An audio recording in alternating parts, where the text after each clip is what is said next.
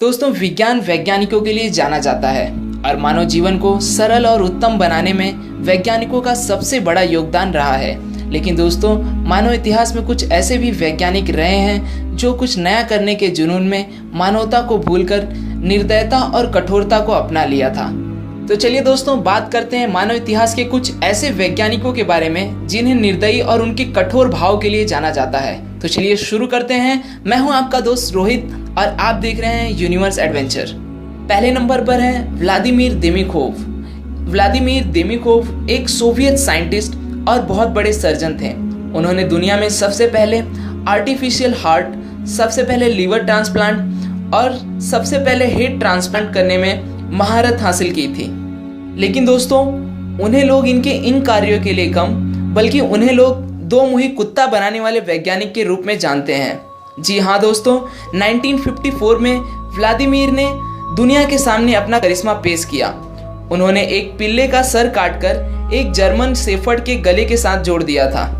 दूसरा सर दूध पीता था, हालांकि उसे आहार की जरूरत नहीं थी और वही दूध उसकी कटी हुई खाने की नली से नीचे बहता रहता था। हालांकि दोनों जानवर की कोशिका और ऊतकों में परिवर्तन होने की वजह से वो दोनों कुत्ते जल्दी मर गए। लेकिन उसके बाद भी व्लादिमीर ने अगले 15 साल में ऐसे 19 कुत्तों का निर्माण किया। दूसरे नंबर पर है शीरो इशी। शीरो इशी को दुनिया के सबसे दुष्ट, निर्दयी और क्रूर वैज्ञानिकों में से एक माना जाता है।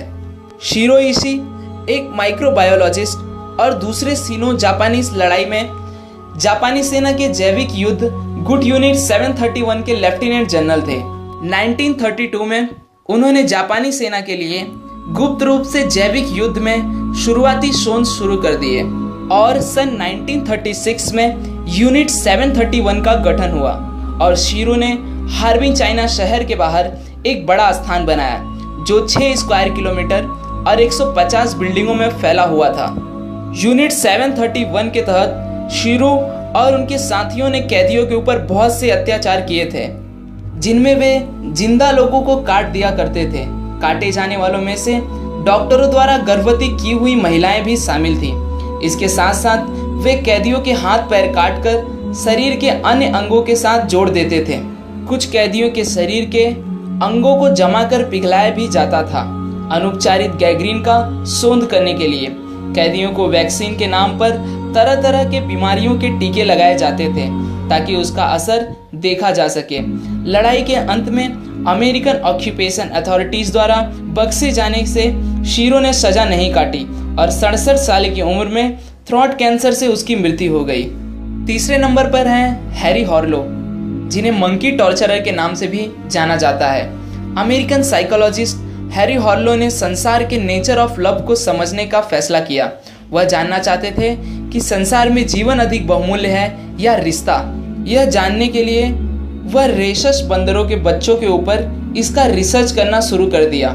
वह बंदरों के बच्चों को अपने बनाए गए अलग अलग तकनीकों से प्रताड़ित करते थे।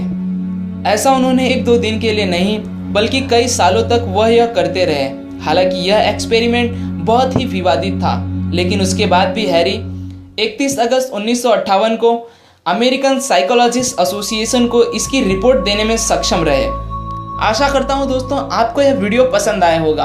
अगर वीडियो पसंद आया तो प्लीज़ इसे लाइक कीजिए और अगर आप हमारे यूनिवर्स एडवेंचर के चैनल पे नए हैं और आप भी ऐसे साइंस और यूनिवर्स से रिलेटेड वीडियोस में रुचि रखते हैं तो दोस्तों चैनल को सब्सक्राइब करें ताकि आप आने वाले वीडियोस को बिना रुके देख सकें। फिर मिलूंगा दोस्तों एक नए वीडियो के साथ में, तब तक के लिए नमस्कार।